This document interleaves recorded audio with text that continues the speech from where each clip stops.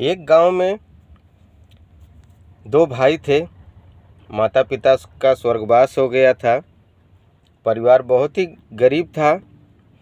बड़े भाई की शादी हो गई और थोड़ा समय बीता, उसके दो बच्चे हुए। गरीबी के कारण भाई अपने छोटे भाई से कहता है, भाई आप घर परिवार देखो और हम जा रहे हैं कमाने। अच्छा, भाई कमाने के लिए चला गया बड़ा, और छोटा भाई घर परिवार देखने लगा। घर परिवार देखते देखते भाई और भौजाई का प्रेम संबंध हो गया। समय बीतता रहा।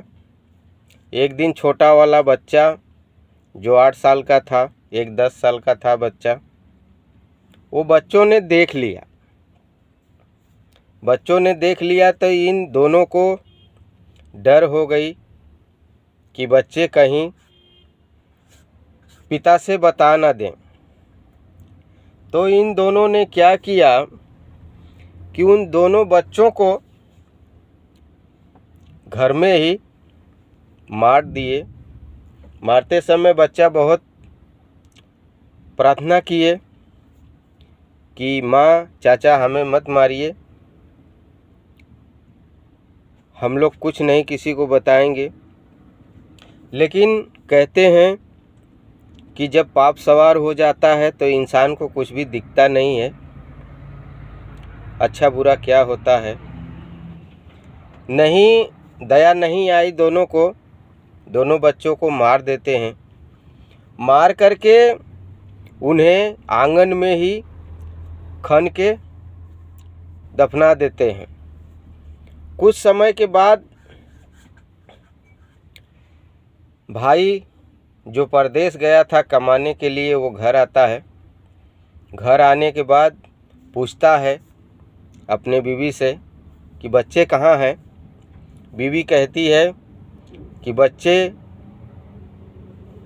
ननिहाल गए हैं। तो पति बोला, ठीक है, कोई बात नहीं है। अब एक पिता का हृदय अपने बच्चों के लिए तड़प रहा है, फिर भी उसने शाम को खाना पीना खाया और ये दोनों क्या किए कि प्लान बनाए कि इसको भी मार दिया जाए। तो रात को खाना खा करके बड़ा भाई उसका खाट वहीं पे बिछाए वो लोग जहां उन बच्चों को दफनाए थे। रात को सोया, नींद नहीं लग रही थी, नींद लगा उसे। तो रात में उसे सपना आया कि बाबूजी सोवल बाड़ा जवने जगहिया, कि बाबूजी सोवल बाड़ा जवने जगहिया, ओही के नीचवा हमने बाटी हो। पिता का आँख खुल जाता है, और आँख खुलता है पिता का तो चौंक जाता है। चौंकने के बाद मिट्टी को खोदने लगता है। पिता मिट्टी को खोदने लगता है और खोदते खोदते उस मिट्टी के अंदर दोनों बच्चों का शव मिलता है। गले लगा करके पिता रोने लगता है। अपने आप को रोक नहीं पाता है और रात में ही हल्ला होने लगता है। गांव वाले बटुर जाते हैं कि अभी शाम को ही बड़ा भाई आया, क्यों इतना चिल्ला रहा है, रो रहा है। गांव वाले बटुरे देखे तो दोनों बच्चों की लाश गले में लगा करके वो पिता रो रहा है। सुबह में पुलिस आती है, उन दोनों को पकड़ करके ले जाती है और पूछती है तो दोनों बता देते हैं कि हाँ, ये काम हम ही ने किया है। तो ऐसे लोगों से कहना है कि माया और लोभ के चक्कर में गलत रास्ता ना अपनाएं।